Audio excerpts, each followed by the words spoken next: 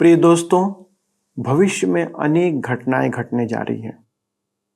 मनुष्य होने के नाते हम उत्सुक रहते हैं कि हम जानें कि क्या होने वाला है। परंतु बाइबल एक बात बताती है कि प्रभु यीशु मसीह का आगमन जब इस संसार में होगा तो उसके पास लोगों के लिए दंड और उपहार दोनों होगा। अब ये बात आप पर निर्भर करती है कि आप किस बात के भागीदार होना चाहते हैं। इन बातों को समझने और जानने के लिए कृपया मेरे साथ शामिल हो जाइए इस अध्ययन में, ताकि आप जान सकें कि आप किसके भागीदार हैं और आप आज चाहें तो आप अपने स्थान को बदल भी सकते हैं। कृपया मेरे साथ इस अध्ययन में शामिल हो जाएं।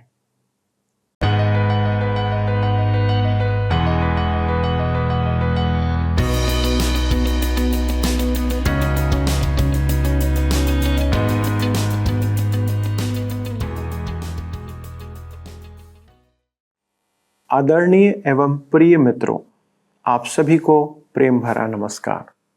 मैं अपने सभी दर्शकों का इस सत्यवचन बाइबल अध्ययन में स्वागत करता हूं और आशा करता हूं कि आप कुशल पूर्वक हैं और परमेश्वर के वचन को सीखने के लिए तैयार बैठे हैं।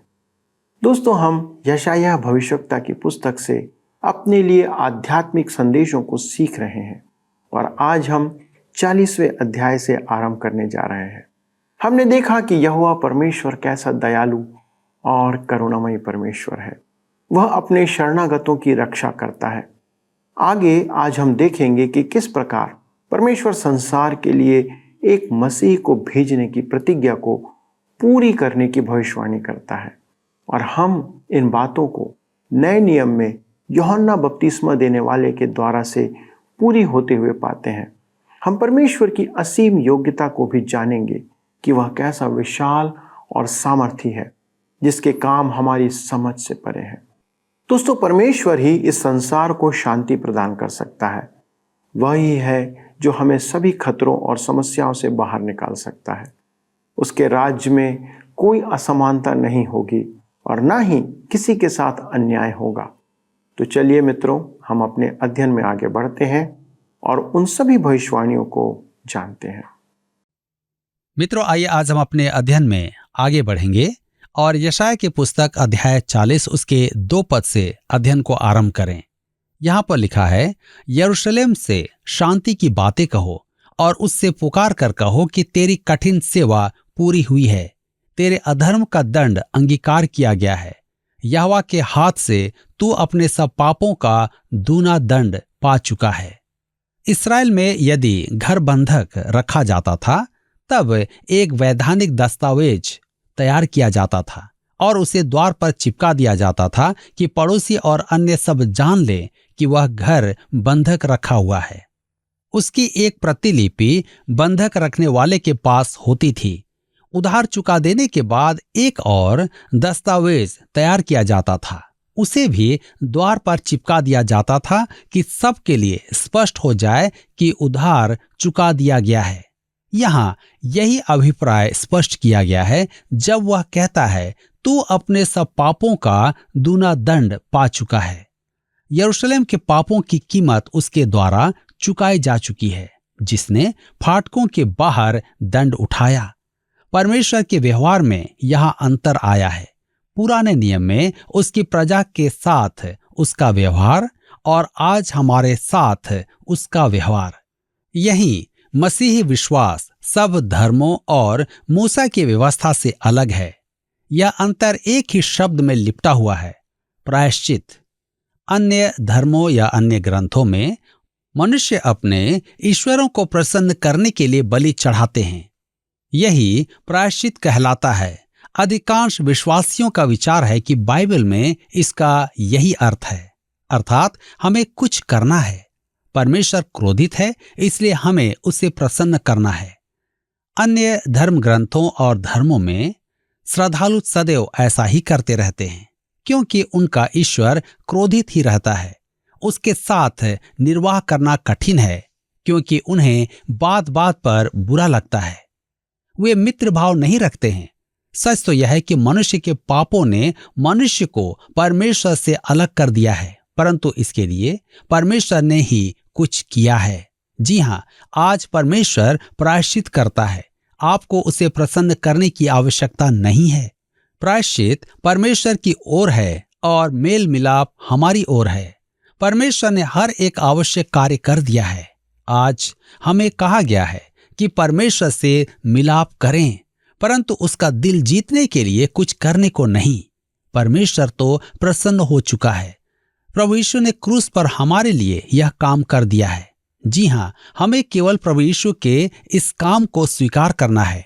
यह आज के पथभ्रष्ट संसार के लिए शांति का संदेश है। मित्रों, हम यशायाह की पुस्तक के अंतिम भाग में प्रवेश कर चुके हैं, जो सर्वथा एक भिन्न संदेश है। शांति का संदेश। शांति दो, शांति, शांति की बातें कहो। यशायाह 40:3 में लिखा है, किसी की पुकार सुनाई देती है, जंगल में यहोवा का मार्ग सुधारो, हमारे परमेश्वर के लिए अराबा में एक राजमार्ग चौरस करो। मत्ती रचित सुसमाचार, मरकुस, लूका और यूहन्ना रचित सुसमाचार चारों अपने अपने सुसमाचारों में इसे यूहन्ना बपतिस्मा देने वाले से संदर्भित करते हैं, क्योंकि चारों सुसमाचारों में यही कहा गया है। अतः मैं इसे स्वीकार करता हूं कि यह यूहन्ना बपतिस्मा देने वाले के विषय में है। यशायाह 40 उसके 4 से 6 पद में आगे लिखा है, हर एक तराई भर दी जाए और हर एक पहाड़ और पहाड़ी गिरा दी जाए, जो टेढ़ा है वह सीधा और जो ऊंचा नीचा है वह चौरस किया जाए। तब यहोवा का तेज प्रकट होगा और सब प्राणी उसको एक संग देखेंगे, क्योंकि यहोवा ने आप ही ऐसा कहा है। बोलने वाले का वचन सुनाई दिया, प्रचार कर। मैंने कहा, मैं क्या प्रचार करूं? सब प्राणी घास हैं, उनकी शोभा मैदान के फूल के समान है। लूका के अनुसार यह यूहन्ना बपतिस्मा देने वाले के विषय में है। यशायाह 40 उसके 7 और 8 पद में आगे लिखा है, जब यहोवा की सांस उस पर चलती है, तब घास सूख जाती है और फूल मुरझा जाता है। निसंदेह प्रजा घास है, घास तो सूख जाती और फूल मुरझा जाता है, परंतु हमारे परमेश्वर का वचन सदैव अटल रहेगा। मनुष्य की तुलना घास से की गई है। प्रश्न यह है, यदि हमें स्मरण दिलाया जाए कि हम घास के समान हैं, तो उसमें शांति की क्या बात है? वर्षा के बाद घास अति आकर्षक एवं मन भावन लगती है, परंतु धूप निकलने के कुछ समय बाद वह सूख जाती है। मनुष्य ऐसा ही है। आप कहेंगे, इसमें तो शांतिदायक बात कोई है ही नहीं। है, इसमें शांतिदायक बात है कि मनुष्य दुर्बल, क्षणभंगुर और अशक्त है, परंतु परमेश्वर का वचन दृढ़, सुरक्षित और निश्चित है। परमेश्वर का वचन हमारा शरण स्थान है, हमारा विश्राम का आधार है, हमारी तलवार और झीलम है, ऊंचा गढ़, रक्षा का स्थान तथा सुरक्षा का ऊंचा गढ़ है और हमारा उद्धार है। पहला पतरस की पत्री 1 अध्याय उसके 23 से 25 पद में हम पढ़ते हैं, क्योंकि तुमने नाशमान नहीं पर अविनाशी बीज से परमेश्वर के जीवते और सदा ठहरने वाले वचन के द्वारा नया जन्म पाया है। क्योंकि हर एक प्राणी घास के समान है और उसकी सारी शोभा घास के फूल के समान है। घास सूख जाती है और फूल झड़ जाता है, परंतु प्रभु का वचन युगानुयुग स्थिर रहता है। और यही सुसमाचार का वचन है जो तुम्हें सुनाया गया था। सुसमाचार ही तो है जो मनुष्य को अनंत जीवन देता है।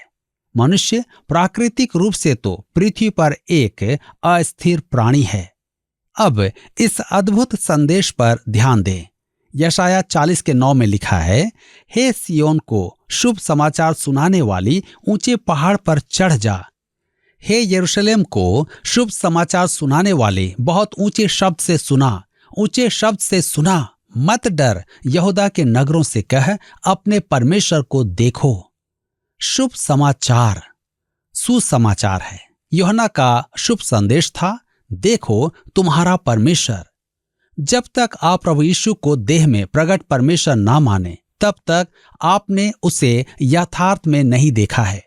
आपको उसके अपने रूप में उसके पास आना है, मनुष्य रूप में ही नहीं, परंतु परमेश्वर इम्मानुएल, परमेश्वर हमारे साथ मानकर। यदि वह केवल मनुष्य है तो वह मेरा उद्धारकर्ता नहीं हो सकता, परंतु वह तो इम्मानुएल है, मेरा उद्धार करता है। यह कैसी महान बात है। यशायाह 40:10 में लिखा है, देखो प्रभु यहोवा सामर्थ्य दिखाता हुआ आ रहा है, वह अपने भुजबल से प्रभुता करेगा। देखो, जो मजदूरी देने की है वह उसके पास है, और जो बदला देने का है वह उसके हाथ में है। अब अपने स्वभावानुसार वह प्रभु यीशु के पहले और दूसरे आगमन को एक साथ जोड़ता है। सच तो यह है कि सुसमाचार भी प्रभु यीशु के पहले और दूसरे आगमन को एक साथ जोड़ता है। अति संभव है कि हम मार्ग से टलकर प्रभु यीशु के प्रथम आगमन या द्वितीय आगमन पर ही ध्यान दें, परंतु आवश्यकता इस बात की है कि हम प्रभु यीशु के दोनों आगमनों पर एक साथ ध्यान दें, क्योंकि यही सुसमाचार की परिपूर्णता है। यशायाह 40:11 में लिखा है, वह चरवाहे के समान अपने झुंड को चराएगा, वह भेड़ों के बच्चों को अंकवार में लिए रहेगा और दूध पिलाने वालियों को धीरे धीरे ले चलेगा। मेरे मित्रों, पहली बार तो प्रभु यीशु ने यहाँ आकर एक चरवाहे की भूमिका अपनाई थी, जैसा वह यूहन्ना रचित सुसमाचार 10:11 में कहता है, अच्छा चरवाहा मैं हूं, अच्छा चरवाहा भेड़ों के लिए अपना प्राण देता है। यूहन्ना रचित सुसमाचार 10:15 में उसने यह भी कहा, मैं भेड़ों के लिए अपना प्राण देता हूं। आइए हम आगे देखते हैं, सृष्टि, परमेश्वर का प्रकाशन। अगला पद उस अंश का आरंभ करता है जो सृजनहार के रूप में परमेश्वर की महानता व्यक्त करता है। तो आइए पढ़ें, यशायाह 40:12 लिखा है, किसने महासागर को चुल्लू से मापा और किसके बित्ते से आकाश का नाप हुआ? किसने पृथ्वी की मिट्टी को नपुए में भरा और पहाड़ों को तराजू में और पहाड़ियों को कांटे में तौला है? ऐसा काम कौन कर सकता है? पहली बात तो यह है कि अंतरिक्ष में किसी भी वस्तु का भार नहीं होता है। आज वजन नापने का यह काम कौन कर रहा है और उसका वजन कहाँ नापा जाएगा? इस पद से मेरे मन में वह गीत उभरता है, प्रभु महान विचारों कार्य तेरे। यशायाह 40:13-14 में लिखा है, किसने यहोवा की आत्मा को मार्ग बताया या उसका मंत्री होकर उसको ज्ञान सिखाया है? उसने किससे सम्मति ली और किसने उसे समझाकर न्याय का पथ बता दिया और ज्ञान सिखाकर बुद्धि का मार्ग जता दिया है? परमेश्वर अपने तुल्य किसी और को नहीं पाता है। वह किसके पास सलाह लेने जाएगा? किसी ने बड़ा ही विचित्र प्रश्न पूछा, ऐसा क्या वस्तु है जिसे आपने देखा हो परंतु परमेश्वर ने नहीं देखा? इसका उत्तर बहुत आसान है, उसने अपने समान किसी को नहीं देखा। मैं तो अपने बराबर वालों को प्रतिदिन देखता हूं। यशायाह 40:18 में हम आगे पढ़ते हैं, तुम परमेश्वर को किसके समान बताओगे और उसकी उपमा किससे दोगे? मेरे मित्रों, आप और मैं तो बहुत कम जानते हैं। हम बस उतना ही जानते हैं जितना परमेश्वर के वचन में प्रकट है, और मेरे विचार में परमेश्वर ने हमें सब कुछ नहीं बताया है। पहली बात तो यह है कि हम तो वही समझ नहीं पाते जो उसने हमें बताया है। यशायाह परमेश्वर को मूर्तियों से श्रेष्ठ बता रहा है। तुम परमेश्वर को किसके समान बताओगे और उसकी उपमा किससे दोगे? उसके चित्रों को देखो।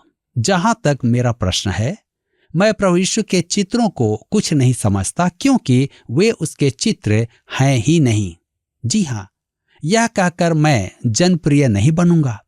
चित्र बेचने वाले और चित्रों के साथ मन भावनाओं को जोड़ने वाले सोचते हैं कि मैं बहुत बुरा हूं, परंतु सच तो यही है मेरे मित्रों कि हमें प्रभु यीशु के चित्रों की आवश्यकता नहीं है। मैं किसी प्राचीन विचारक की बात से सहमत हूं। मनुष्य के मन में प्रभु यीशु का चित्र बनाने का विचार तब तक नहीं आया जब तक उन्होंने अपने मन में उसकी उपस्थिति ना खो दी। यहाँ यह पहला और अति उपहासजनक प्रहार है जो यशायाह मूर्तियों और प्रतिमाओं पर करता है। यशायाह 40 उसके 19 पद में लिखा है, मूरत कारीगर ढालता है, सोनार उसको सोने से मढ़ता और उसके लिए चांदी की सांकलें ढालकर बनाता है। धनवान कीमती मूर्ति बनाते हैं क्योंकि उनका ईश्वर धनवान है। यशायाह 40 उसके 20 में लिखा है, जो कंगाल इतना अर्पण नहीं कर सकता वह ऐसा वृक्ष चुन लेता है जो न घुने। तब एक निपुण कारीगर ढूंढकर मूरत खुदवाता और उसे ऐसा स्थिर कराता है कि वह हिल न सके। गरीब मनुष्य की मूर्ति अपरिष्कृत लकड़ी की काटी हुई मूर्ति है। प्रतिमा उपासना कैसी मूर्खतापूर्ण बात है। यशायाह 40 उसके 21 पद में कहता है, क्या तुम नहीं जानते? क्या तुमने नहीं सुना? क्या तुमको आरंभ ही से नहीं बताया गया? क्या तुमने पृथ्वी की नींव पड़ने के समय ही से विचार नहीं किया? परमेश्वर की तुलना एक मुक मूर्ति से करना नीरी मूर्खता है। यशायाह 40 उसके 22 पद में लिखा है, यह वह है जो पृथ्वी के घेरे के ऊपर आकाश मंडल पर विराजमान है और पृथ्वी के रहने वाले टिड्डी के तुल्य हैं, जो आकाश को मलमल के समान फैलाता और ऐसा तान देता है जैसा रहने के लिए तंबू ताना जाता है।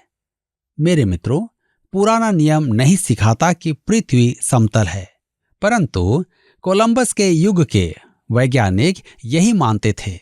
उन्होंने परमेश्वर का वचन नहीं पढ़ा था, अतः चूक गए। मेरे विचार में तो वैज्ञानिक आज भी चूक रहे हैं। यह पद स्पष्ट सिखाता है कि पृथ्वी गोल है। यह घेरा आकाश मंडल में स्थित है। परमेश्वर का सिंहासन मनुष्य की सबसे बड़ी दूरबीन की सीमा से भी परे है, अंतरिक्ष की असीमित दूरी। आइए हम आगे देखेंगे मनन, परमेश्वर की बुलाहट। इस सब तथ्यों के प्रकाश में परमेश्वर हमें मनन करने के लिए बुलाता है। यशायाह 40 के 27 पद में लिखा है, हे याकूब तू क्यों कहता है, हे इस्राएल तू क्यों बोलता है? मेरा मार्ग यहोवा से छिपा हुआ है, मेरा परमेश्वर मेरे न्याय की कुछ चिंता नहीं करता। परमेश्वर अपने लोगों की कठिनाइयों और परेशानियों को जानता है। यदि आप उसके हैं तो वह जीवन की आंधियों को थाम सकता है, परंतु कभी कभी उसके अपनों के लिए सीखने हेतु आंधियों में शिक्षाएं होती हैं। अतः जब आप अपने आप को आंधियों में फंसा हुआ पाएं तो रोने धोने और परमेश्वर की आलोचना करने की अपेक्षा क्यों ना मनन करके देखें कि परमेश्वर उसमें से आपको क्या सबक सिखाना चाहता है। परमेश्वर आपको कष्टों में नहीं पड़ने देगा जब तक कि वह आपको कुछ सिखाना ना चाहे। सीखना यह होगा। यशायाह 40 के 28 में लिखा है, क्या तुम नहीं जानते? क्या तुमने नहीं सुना? यहोवा जो सनातन परमेश्वर और पृथ्वी भर का सृजनहार है, वह न थकता न श्रमित होता है, उसकी बुद्धि अगम है। हमारा परमेश्वर महान है, वह कभी नहीं थकता है, वह मनुष्य के समान नहीं है।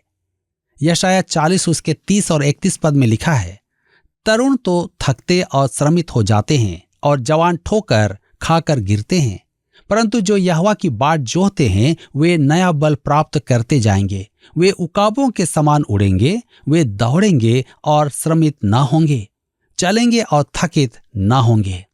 मेरे मित्रों, यहाँ 3 श्रेणी के बल हैं और अनेक टीकाकारों ने उन्हें पहला यूहन्ना की पत्री 2 अध्याय उसके 12 से 14 पद से तुलना करके मसीही जीवन के विकास के 3 चरण बताए हैं। विकास के ये 3 चरण हैं। पहला, युवा विश्वासी उकाब के समान उड़ेगा। दूसरा, वयस्क विश्वासी दौड़ेगा। तीसरा, परिपक्व विश्वासी चलेगा।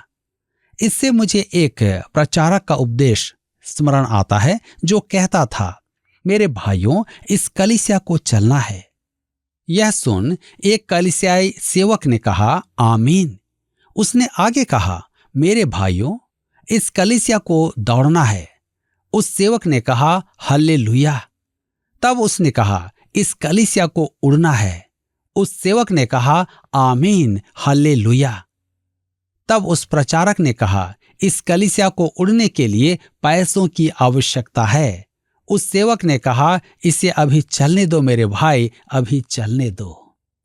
मेरे मित्रों, आप जो भी हैं, यदि आप परमेश्वर के साथ इस पृथ्वी पर चलेंगे तो परमेश्वर आपको शक्ति देगा, चाहे आपकी दशा कैसी भी हो।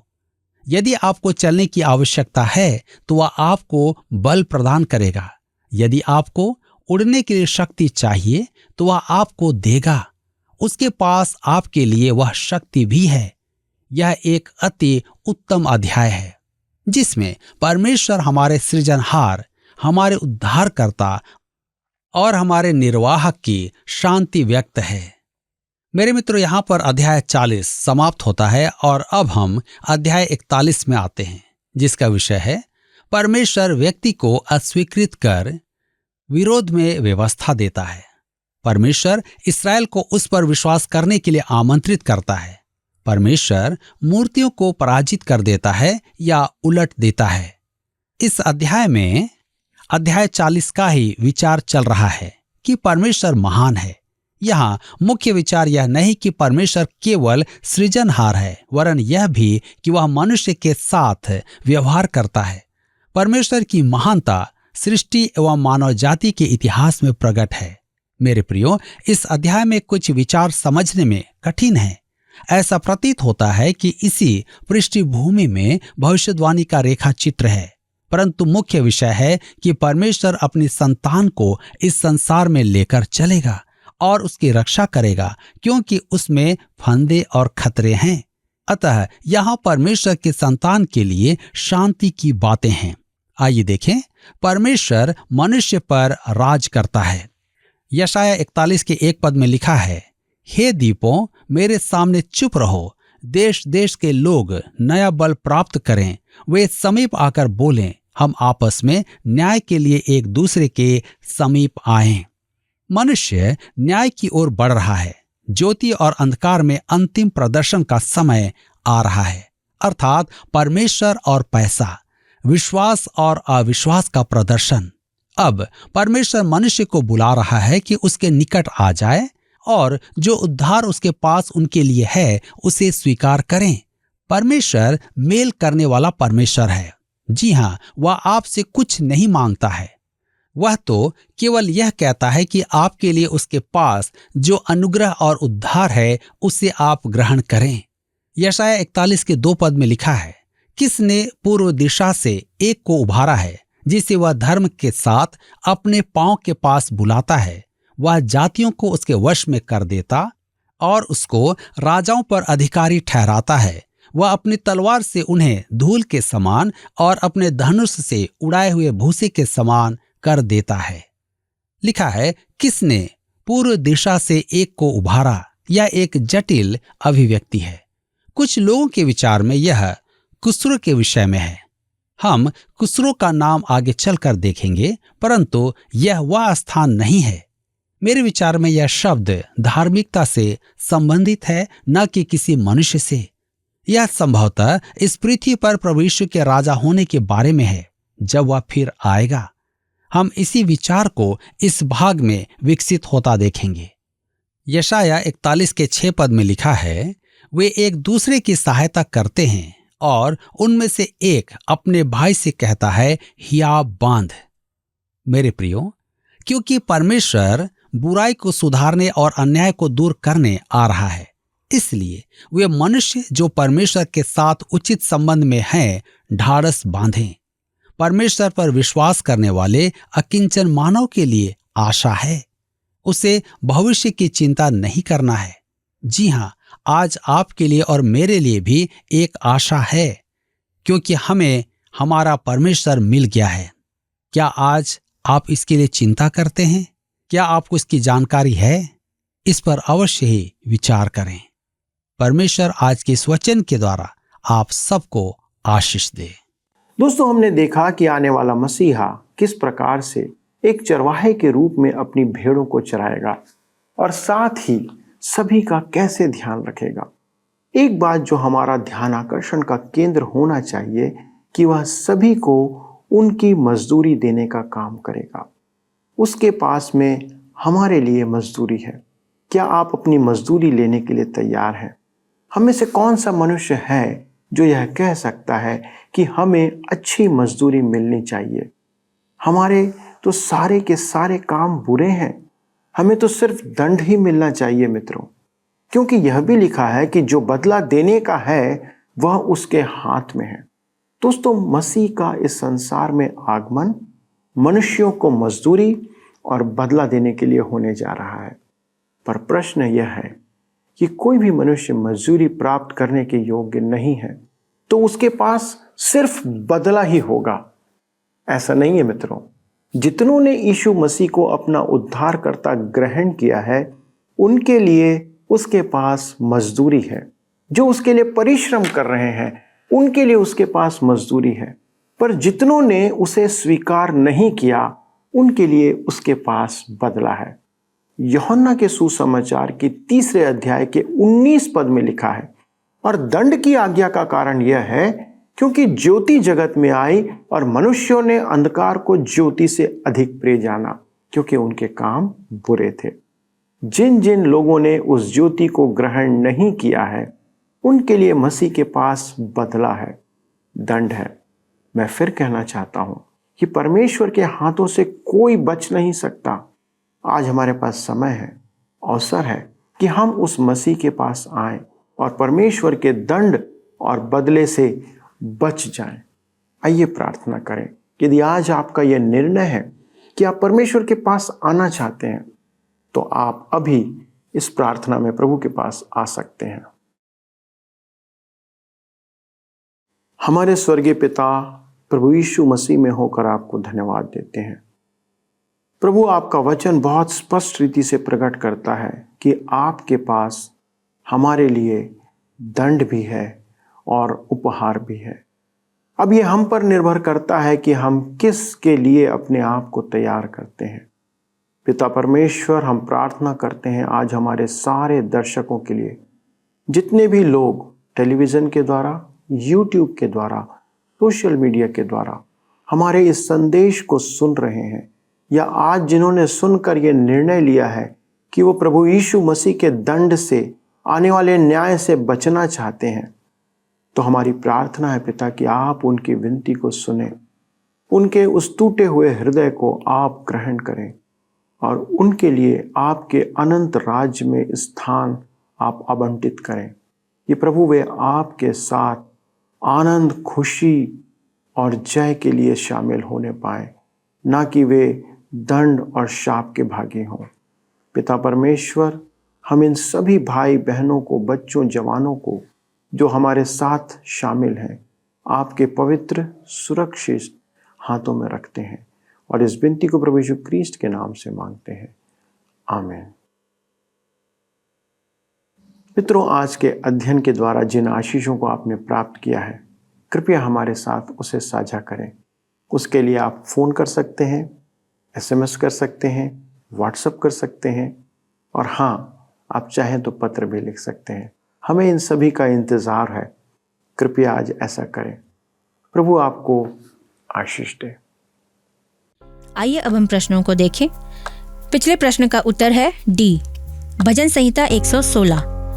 बाइबल विचारकों के द्वारा ऐसा माना जाता है कि अपनी चंगाई के बाद हिजकिय्याह राजा ने भजन संहिता 116 की रचना की। आज के अध्ययन पर आधारित प्रश्न है। आज हमने पहला यूहन्ना 2 अध्याय के 12 से 14 पद और यशाया 40 का 31 के आधार पर मसीही जीवन में विकास के कितने चरण सीखे। A 3, B 4, C 5, D 7। मित्रों, इस प्रश्न का उत्तर हमें कल सुबह 6 बजे से पहले विकल्प A, B, C या D के साथ अपना नाम, पता, स्थान के साथ 9651433397 पर SMS या WhatsApp करें। सभी विजेताओं को विशेष पुरस्कार प्रदान किए जाएंगे। धन्यवाद। क्या आपको यह कार्यक्रम पसंद आया? अभी हमें एक मिस कॉल करें और आप अगले विजेता हो सकते हैं।